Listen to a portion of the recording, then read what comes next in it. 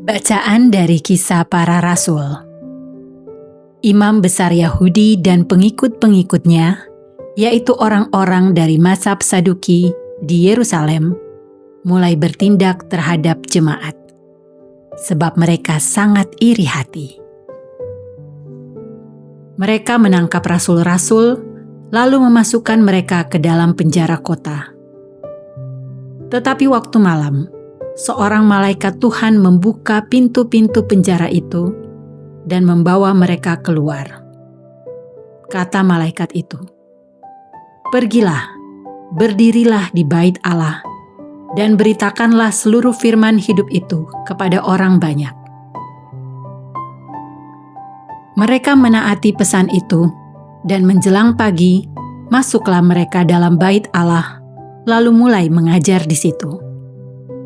Sementara itu, imam besar dan pengikut-pengikutnya menyuruh mahkamah agama berkumpul, yaitu seluruh majelis tua-tua bangsa Israel, dan mereka menyuruh mengambil rasul-rasul itu dari penjara. Tetapi ketika para petugas datang ke penjara, mereka tidak menemukan rasul-rasul itu di situ.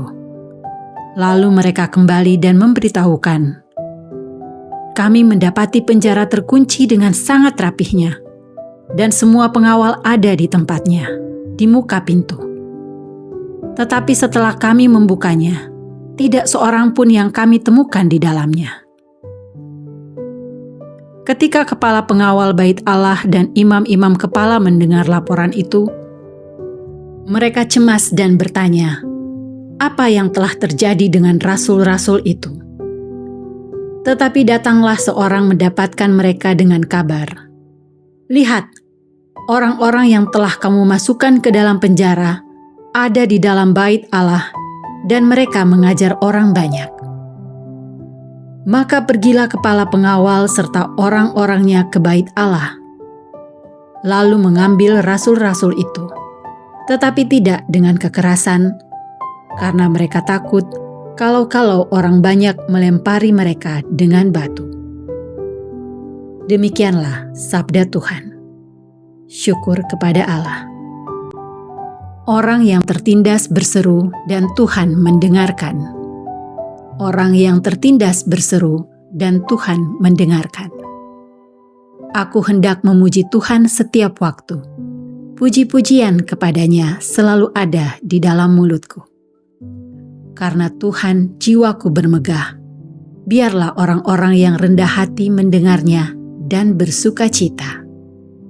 Orang yang tertindas berseru dan Tuhan mendengarkan. Muliakanlah Tuhan bersama dengan daku. Marilah kita bersama-sama memasyurkan namanya. Aku telah mencari Tuhan, lalu Ia menjawab aku, dan melepaskan daku dari segala kegentaranku. Orang yang tertindas berseru, dan Tuhan mendengarkan.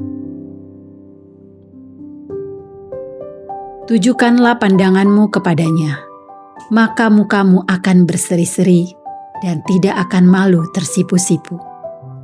Orang yang tertindas ini berseru, dan Tuhan mendengarkan. Ia menyelamatkan dia dari segala kesesakannya. Orang yang tertindas berseru, dan Tuhan mendengarkan. Malaikat Tuhan berkemah di sekeliling orang-orang yang takwa, lalu meluputkan mereka. Kecaplah dan lihatlah betapa baiknya Tuhan. Berbahagialah orang yang berlindung padanya. Orang yang tertindas berseru, dan Tuhan mendengarkan. Injil suci menurut Yohanes. Dimuliakanlah Tuhan. Dalam percakapannya dengan Nikodemus, Yesus berkata, "Begitu besar kasih Allah akan dunia ini, sehingga Ia telah mengaruniakan anaknya yang tunggal, supaya setiap orang yang percaya kepadanya tidak binasa, melainkan beroleh hidup yang kekal. Sebab Allah mengutus anaknya ke dalam dunia, bukan untuk menghakimi dunia, melainkan untuk menyelamatkannya. Barang siapa percaya kepadanya, ia tidak akan dihukum. Tetapi barang siapa tidak percaya, ia telah berada di bawah hukuman, sebab ia tidak percaya dalam nama Anak Tunggal Allah. Dan inilah hukuman itu. Terang telah datang ke dalam dunia, tetapi manusia lebih menyukai kegelapan daripada terang, sebab perbuatan-perbuatan mereka jahat. Sebab barang siapa berbuat jahat, membenci terang, dan tidak datang kepada terang itu, supaya perbuatan-perbuatannya yang jahat itu tidak tampak.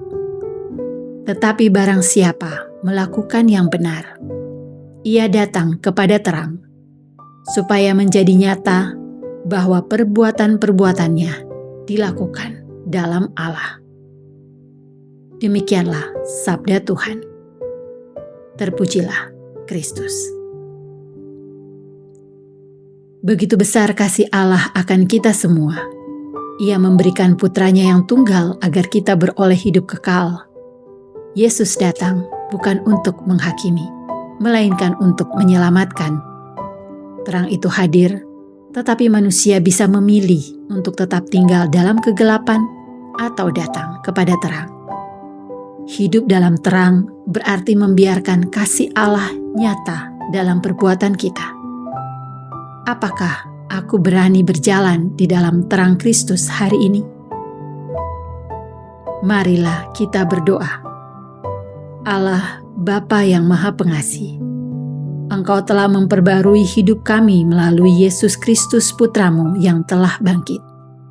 Semoga kami semakin bertumbuh dalam persekutuan dengan Putramu, serta dalam persaudaraan dengan sesama, sampai akhirnya Kau persatukan dalam kemuliaan abadi. Sebab Dialah Tuhan pengantara kami. Amin.